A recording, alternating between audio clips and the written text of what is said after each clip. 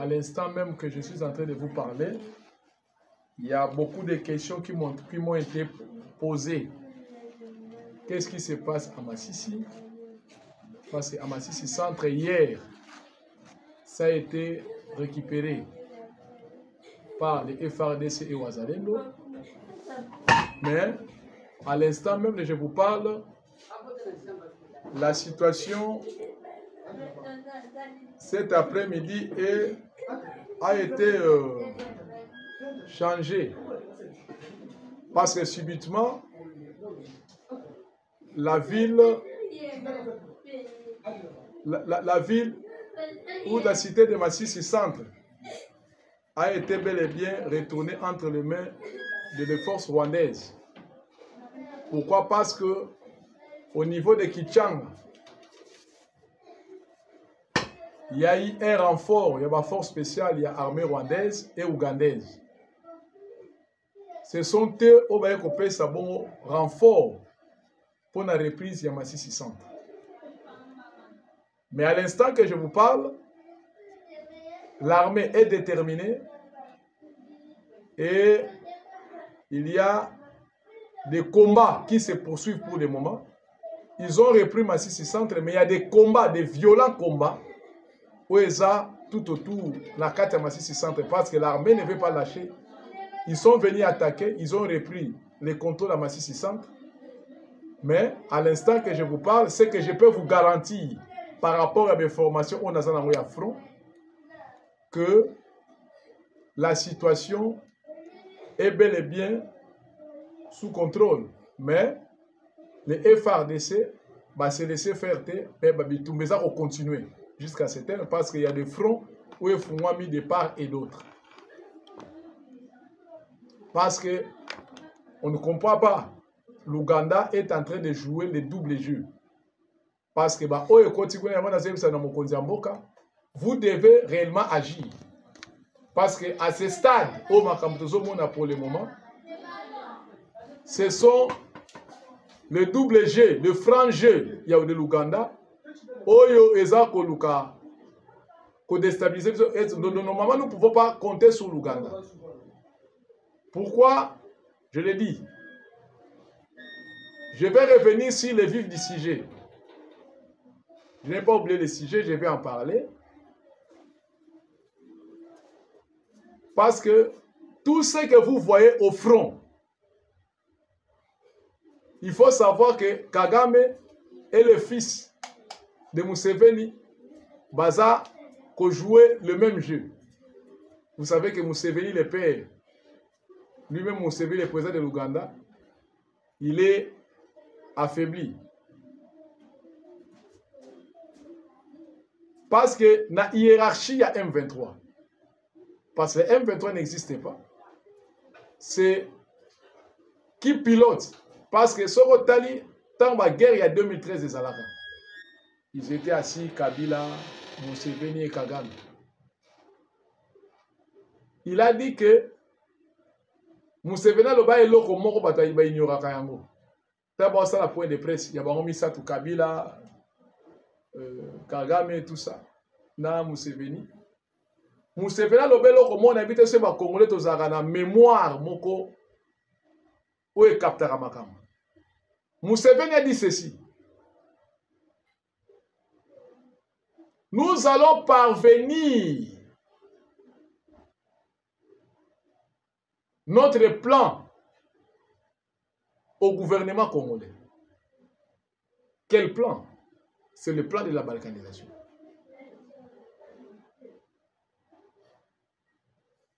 Parce qu'il y a des arsenals militaires. Parce que ce que même il y a une montagne là de 3 antennes. Alors, tout le monde subitement, il faut libérer Kouewan. Les Wazalais ont bel et bien refusé. Il y a un Mokonzambo qui malgré au changé le commandement à niveau à Est, mais il traître bazana. Il y a beaucoup de traîtres. Et quand la conférence de presse, il y a Kagame Lelo, ça confirme, alors qu'on confirme, rejeter Bassise à Luanda, et il confirme maintenant la voie de la guerre. Donc, c'est-à-dire, nous sommes chez nous. Nous devons récupérer toutes les zones qui sont sous occupation de l'armée rwandaise et ougandaise.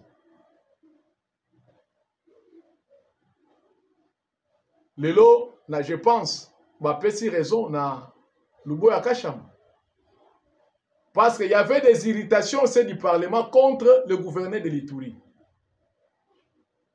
Parce que le gouverneur de l'Ituri ne veut pas céder à ses caprices. Parce que les Chirimwami, ce sont des traîtres. On ne peut pas avoir froid aux yeux. Chirimwami, c'est un traître. Parce que l'on va se constant dit, mais il y a quelqu'un qui va le bomaye. Baluga va quoi sa ville à Goma, marche in islam en Aboutou.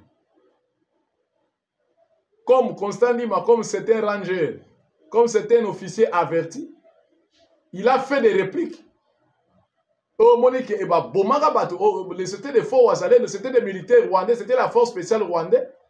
Oh, Baluga, comme ça, la marche, pas directement à l'aéroport. Il y a vu la Goma. En complicité avec l'armée kenyane. Parce que c'est que vous devez savoir que Ruto, Museveni, Kagame, ils sont en train baza batumoko. L'Ouganda a la mission ba double G. Oh, le gouvernement faut à la bonne éveil.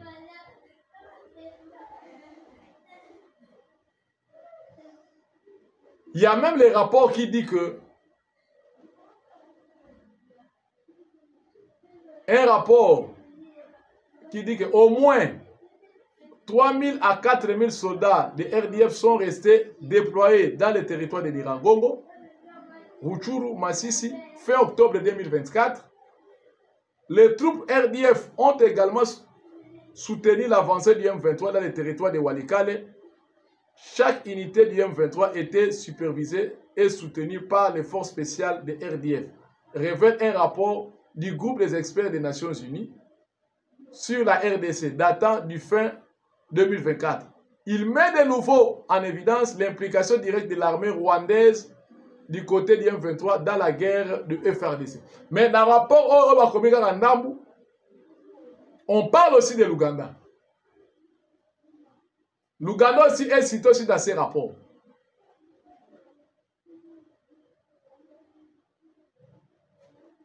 Vous avez vu makamoni ngezotambo.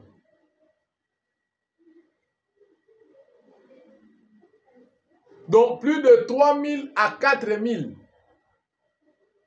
militaires rwandais basés à niveau. Il y a Rutshuru, Masisi, même à niveau il y a Niragongo. En train de soutenir les opérations. C'est-à-dire, Bato Bazoko Bundaplis, ce sont les forces spéciales de l'armée rwandaise.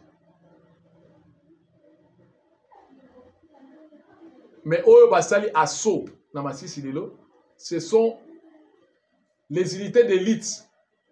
Il y a Ouganda et il y a Rwanda.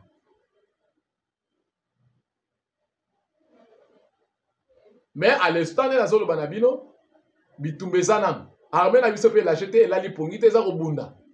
Avec appui, il y a des jeunes résistants au Azalendo.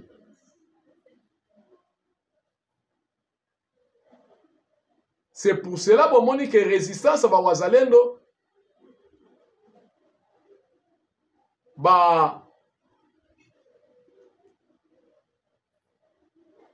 communauté internationale a Nigérian au mal. Communauté internationale a Nigérian très mal. Parce que c'est ces gens-là qui combattent. Ce qui veut se maintenir. Et leur raison de trahir les sous, c'est le gouverneur traître. Il y aura d'autres dans la chef de l'État. Et c'est Chirimwami wana asalela bino bonganga, toi sala kisi. Toi tia bino na nzungu moko boye bino gouvernement oboko olongola ete. Chirimwami c'est à dérivé à RCD. Et la plupart il y a batu omi bavani na il y a Idjui sont d'origine rwandaise, ce ne sont pas les Bashi. Azala major toujours na Nord Kivu. a commis colonel, toujours dans Nord Kivu, a commis général, toujours dans Nord Kivu. Alors, on ne peut pas les changer ailleurs. Parce que la guerre, ce que ça s'amplifier, c'est toujours Chirimouane. C'est lui. C'est lui. Vous aimez le peuple congolais.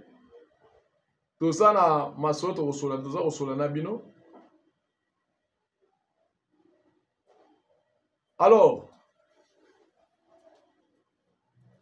masoto au na bino, je pense que bon moi na vie via CG. On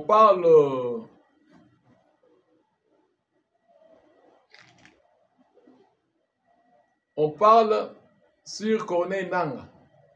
Bon, moi, que tout est conditionné, on n'affirme pas. Serré. Il y a un moni opposant, même certains politiciens belés, Bakayimouno. On n'affirme pas.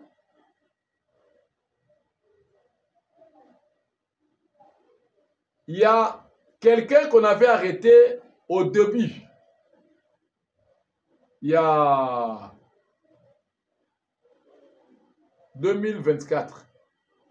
Je pense que c'est l'un des proches collaborateurs. Il y a Corneille Nang. Eric Kouba Bakanaki.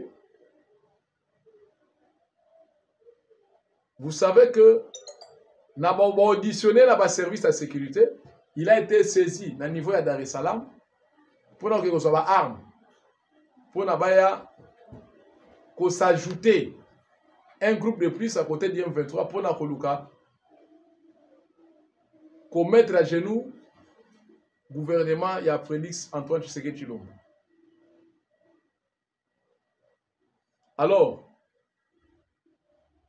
on l'a demandé à Eric Kouba de collaborer avec la justice. Parce que ce sont des services secrets tanzaniens où il y a Eric Kouba, où il y a extradat qui a.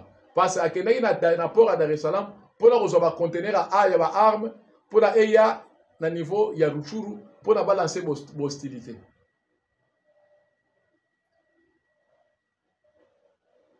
À l'Oba Aboye, chemin faisait, il a commencé à parler, disant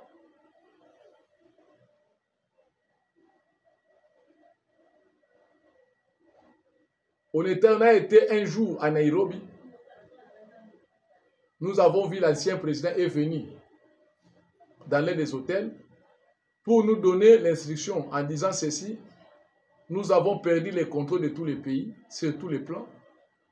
Nous devons faire tout à ce que, tout comme on a considération la RDC. Alors, pour faire tout ça, ça demande que il faut que ça la pression, il faut donner des exigences à Tshisekedi pour se fier, pour te retourner en force à Kinshasa. Nous avons des appuis d'un tel pays de l'Union européenne. Parce que Biloko Kabila Zosala, ce que vous devez savoir, ceux qui sont derrière Joseph Kabila, ce sont les libéraux belges. Ce sont les libéraux belges qui sont derrière Joseph Kabila. Aimez, liker, partager. Dans autres, je l'appelle ma commentaire. Moi déjà, papa, Joseph Mikiel, Alobi, bonsoir de Kofeleri depuis Angleterre. Daniel Munduko, bonsoir de Ko Eske Bakanyinda Nanga. Courage Nazolanda, émission Nayo à partir il y a Luanda. Merci, papa. On continue. On évolue. Alors, aimez, liker, partager l'émission. Vous partagez l'émission. Il y a des révélations qui vont sortir ici. Alors, Eric Kouba, il est passé aux aveux. Alors, Nazala Makabaroloba. Mais, bon garantie sécurité, parce qu'on peut risquer. Naza Abaye, quoi, les venga babomingay. Pena sécurité à famille, il donne même les adresses, il y a famille partout, place Bazalaki, ma garantie sécurité à famille. Parce que vous savez, quand tu collabores avec la justice, il y a des situations atténuantes. Où est ça la raquette? ba léger même peine na yo. Parce que tu as accepté de collaborer avec. Mais ceux qui ont endurci mon thème, alors la justice sera dure et à quoi alourdir même peine. Alors, Eric Kouba a accepté, il est passé aux aveux. Aux aveux, c'est-à-dire il accepte ce qu'on appelle, il a fait au Babengakana en droit, il a accepté de passer dans le mécanisme de justice transitionnelle. Il a commencé à dire que nous avons été contactés parce que Kabila, c'est le cofondateur du M23. Joseph Kabila, c'est le cofondateur du M23 et fondateur de l'AFC. Eric Kouba, il a dit l'initiative de créer l'AFC, c'est Joseph Kabila qui nous a donné des instructions de la manière que tout sangana na bato bazana à niveau il y a Ruchuru tout le cas pour attaquer pour faire agenouiller le président Tshisekedi. Quand il est passé aux affaires, il a cité le nom de Kabila, il a cité le nom de John Numbi, il a cité le nom de Lolengankoy, puis il a cité le nom de Lubaya. Ils sont nombreux.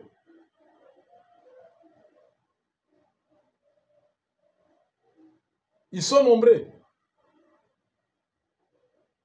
Donc Eric Kouba, il a cité les noms.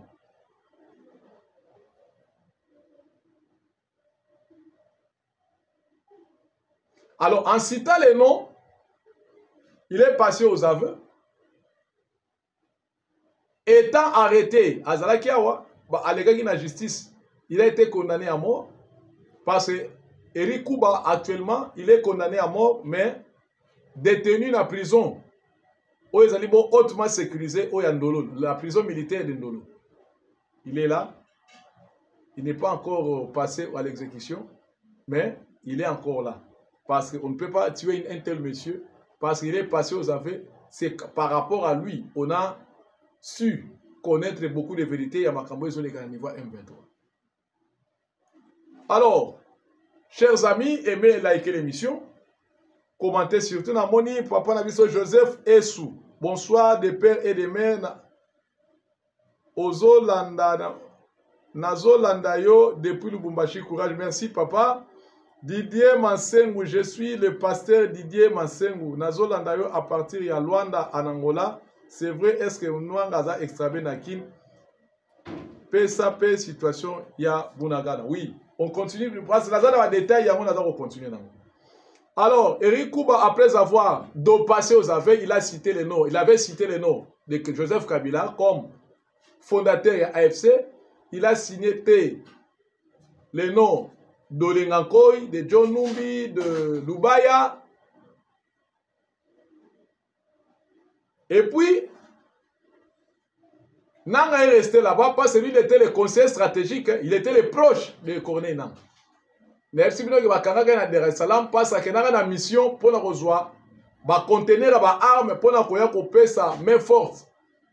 Na ndenge ba ko s'ajouter na Ruchuru. Alors, maintenant avènement ya Nanga à côté du M23 parce que le M23 le mouvement ya déstabilisation et ça sous patronat ya Museveni. Ya Museveni, ya Kagame. Il y a encore qui? Il y a les Bissimwa, de Makenga, Nanga, Adaki, supplétif. Il venait en 3e position. Parce que,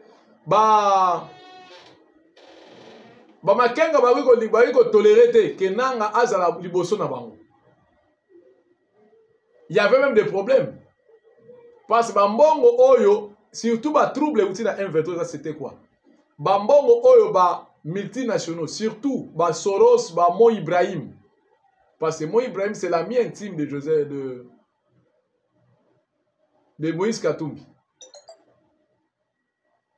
Soros, on va financer la guerre, on va financer la guerre à M23. Ils ont donné de l'argent pour débaucher certains politiciens. Pour la figure de style, la figure de marque, pour faire disparaître tête ya Kagame na makambo ezo likana. Pour parler bakele makambo ya M23 c'est une affaire purement congolaise. Comme disait William Ruto. Et d'ailleurs pour votre information, la situation telle que ça se présente actuellement, Thomas Lubanga Bolandi que même il y a même un mandat d'arrêt. D'ailleurs, j'encourage le ministre de la Justice à faire un mandat d'arrêt contre la personne à Thomas Lubanga. Thomas Lubanga Foboye Bake a sali 14 ans dans ces pays.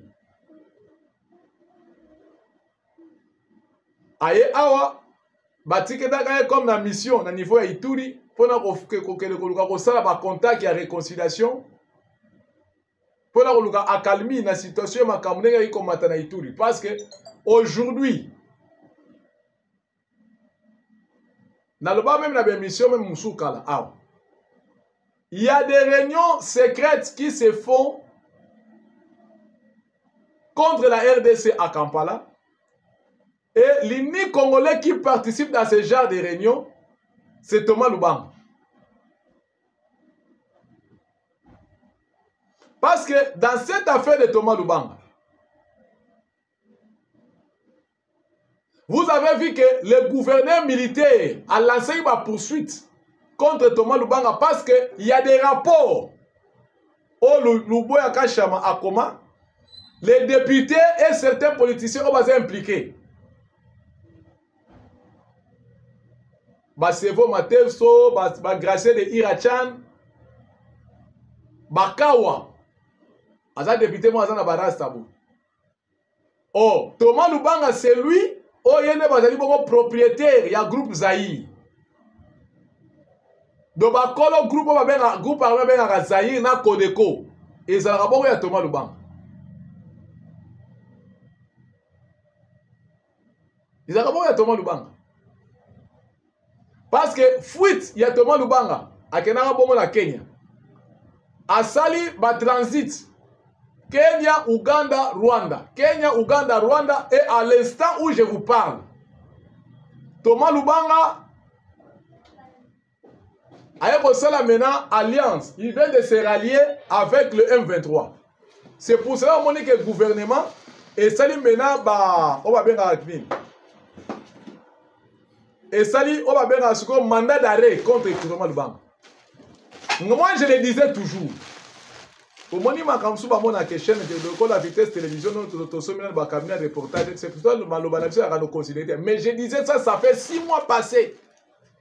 Ma service de renseignement, il y a des réunions qui se tiennent nuitamment. Et les réunions, et ça m'a fait nuitamment, de 1h à 4h du matin. Une réunion pour déstabiliser la RDC. J'ai dit qu'il y a une réunion qui se tient à Kampala. Pendant que nous avons continué à AFC. Maintenant, aujourd'hui, Thomas Lubanga, Azabena, allié, il y a M23, ils ont traité des alliances. Parce qu'il vient d'être à Kigali, Azaki na Kigali, à Tamboli Kigali, à Tamboli Kampala, à Tamboli Peninyoyo, Nairobi. Parce qu'il faut regarder que déjà, il y a une jonction. Nous sommes combattus par 3 pays. Le niveau de Massissi, Bitumesemi na Massissi, ce sont les militaires ougandais, les forces spéciales de l'Ouganda et du Rwanda pour attaquer sur Massissi Centre. Ce sont des questions qu'on doit se dire quand même la vérité. Il y a un moment que nous avons vu ça, que le président Félix, vous devez faire très attention, surtout dans Batu au Bazan Zinga Zinga na yo. Ce qu'on a dit maintenant, message, il y a pasteur ivoirien qui est albini. Ni ya mayama desu, oui, bon, oui, même ça a des desu, ça a des desu. Par le que professeur vient à dire que président du Congo, Batu ba toujours, ba nuirier et ça bateau ba nzinga nzinga. Le président, il faut faire très attention à l'entourage parce que l'air est tellement grave. Et puis dans ces pays, n'engé voyage, oh ya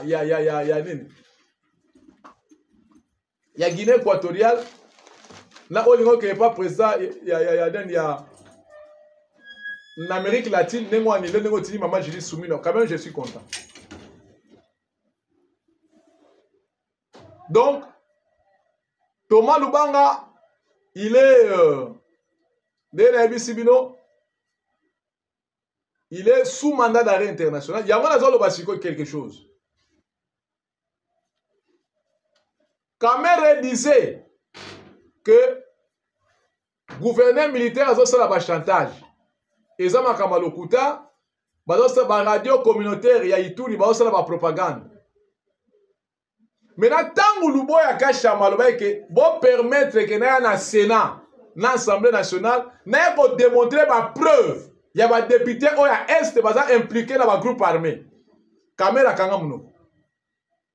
Mais je me demande pourquoi Kamera jusqu'à aujourd'hui à Kangamuno, na ba savon maté so ba kawa, na ba gracier de Irachan.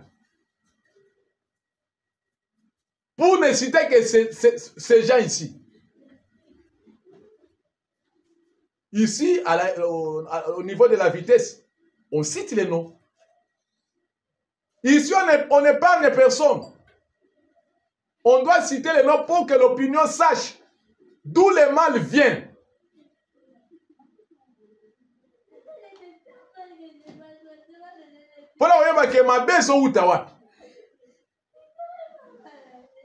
C'est pour cela, Bandego Poebake, dans le niveau, il y a M23, dans Zone Nalisolo, parce que c'était une parenthèse que j'ouvre, il y avait des problèmes. Dans le Baké, il y avait même un problème à détournement. Nanga Zora Bambongo Moko et financement, où ils ont pour recruter et les éléments pour renforcer M23. Il y a débauché même certains politiciens de façon il y a qu'on renforcer le mouvement. D'ailleurs, vous voyez que dernièrement, na niveau ya Bunagana, bateau yo, nanga tiaki na ba service, il y a collecté bambon, bateau na ba qui vont porter disparu. Alors, au sein même du M23, nanga était escorté par des miliciens Shebab. Les terroristes Shebab ou les Somaliens. Parce que Akimaki, comme entente, c'est là qui était Bissi Mwana na Makenga, na Akimaka à partir d'Ouganda. Alors Akimi, na Okima Zokima, Bageo Kange vers l'est de l'Ouganda, vers frontalier avec la Somalie. Parce que Bakanye Neni. Parce qu'à cause, il y a signal, il y a pareil, il y a Nanga. C'est le fils de Museveni qui a alerté tous les services. Ah mais non, le monsieur ne peut pas passer inaperçu comme ça. Alors, il faut alerter tous les services, c'est bon quand on va frontière. Donc, à la frontière, il faut fouiller partout. On a bon fouillé. C'est pour cela que Nanga a été récupéré. Alors, à l'arrestation de Nanga, Nanga, parce que Ouganda double G. L'ambassadeur congolais au Ouganda, il y a RDC à Ouganda, na Kampala, il a été notifié que Nanga a été arrêté.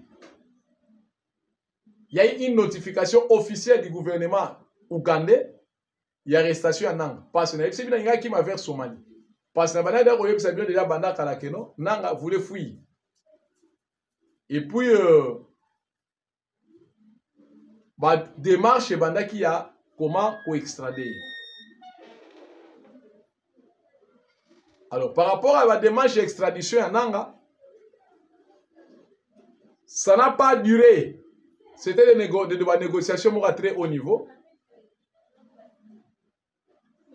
Mais, ce qui a titre que Corneille Nanga serait déjà extradé à Kinshasa.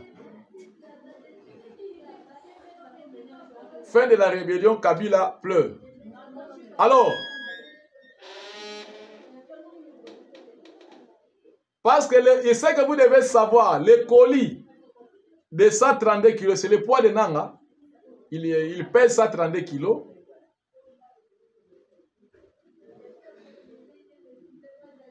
Il semblerait que ma service, Il y a un renseignement ougandais, Moutoubaïki va accompagner que moyen un hélicoptère. Il nous semble que Akiti, selon ma source, il semblerait qu'Akiti, l'aéroport Andolo, Akiti Nanjilité. Parce que retourne à la question, Akiti, l'aéroport Andolo, en tout cas, la descente, il n'y avait pas de passage, pas d'entrée, pas de sortie. Donc, Ndolo était bloqué. Et il est venu par une Jeep là, sans plaque d'immatriculation pour une destination où on a évité. Il faut savoir que Nanga, il faisait des déclarations de menaces contre le pouvoir en place. Je pense qu'à ce moment, il est en face de Félix Tshisekedi. Parce que maintenant, Félix Tshisekedi va lui demander. Maintenant, tu peux répéter tout ce que tu disais de l'autre côté. Mais je ne pense pas que ça, c'est la politique. Si Nanga collabore avec Tshisekedi, après si ma piste, comment fonctionne le M23, je pense que Félix Tshisekedi, au Moni, il y a des terroristes. Moussous Obatari côté que les Américains va plan. Les Américains va ça va gracier bango. Va changer au combo, va tirer dans un pays X. C'est ce qui s'est fait.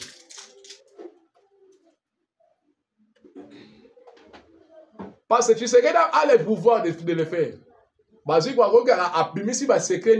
Parce qu'on connaît aujourd'hui que Makambu il y a AFC, c'est Joseph Kabila qui est l'en-tête de tout ça. Maintenant, pour décanter la situation et démontrer les stratégies, ça demanderait qu'en sorte de collaborer tout simplement avec la justice. Parce que en matière de droit, la justice transitionnelle, c'est ce qui se passe. Je crois que maman Charlotte peut aller. Maman Charlotte aille. Parce que c'est un terme très important. Nanga est arrivé aujourd'hui comme un colis. Il est venu en catimini. Mais il y a que ma source est révélée que pour le bon aéroport en Jito, ma source est révélée à Kiti dans l'aéroport militaire Yandolo. Il semble à Kiti dans l'aéroport militaire Yandolo. Nanga est bel et bien déjà ici à Kinshasa. C'est un condamné à mort. Il y a un moni qui est un politicien Moussoussou. Il y a un Tuni Abesholo Kenda Wapio. Ambongo, Ozawapi, maman mobile maman Maria Bikoro, Ozawapi. Mobile maman Maria Bikoro, Ozawapi. Nama métis soit dans Bruxelles, Ozawapi. Fulgence Mouteba, Olobate, maman ye maman Koti Bandeko, na pesi maman Charlotte Maloba, Aloba, pour en ce qui concerne Nang. Bonjour, bonsoir, l'invité de télévision. Il faut dépendre beaucoup d'endroits, maman et maman Koti, vous likez, vous s'abonnez. Pour partager l'émission. À l'invité de télévision, na pesi ba bakolanda siko bonjour et bonsoir, ba bakolanda na tongo bonjour. En tout cas, tout ça les deux mingi pour na mboka na biso. Nanga balobi asi akomi awa mais akitaki na njili te akitaki na aéroport ya Ndolo. Peuple congolais ba de père et de mère Congo ezalaka mboka na bino. Lelo yoki attaque mususu esalemaki na Masisi pourquoi parce que Kabila alingi kotika mboka okimia te. Ye mutu azali promoteur ya makambo nyonso oyo. Ye mutu azali pièce maîtresse ya makambo nyonso ya kosalima. Et ba Congolais bazali conscient. Il faut bayeba ke Congo ezali patrimoine na bango. il faut bailler que Congo et ça mboka na bango. Pourquoi? Parce que sans Congo bako sali de côté. Lelo après avoir makambo wana ko salema, après avoir batu ko sala makambo nyonso ya mboka. Ndenge ba wazalendo na ba FARDC ba pesaki na force na bango nyonso ba récupérer Masisi centre. Mais na molingo o bango bazo sala pona mboka na bango, Kabila na batu na ba sepelité. Ba sepelité baza ko linga ka ko nuire peuple congolais. Pour comprendre, ils allaient courant. Ils ont mboka elengi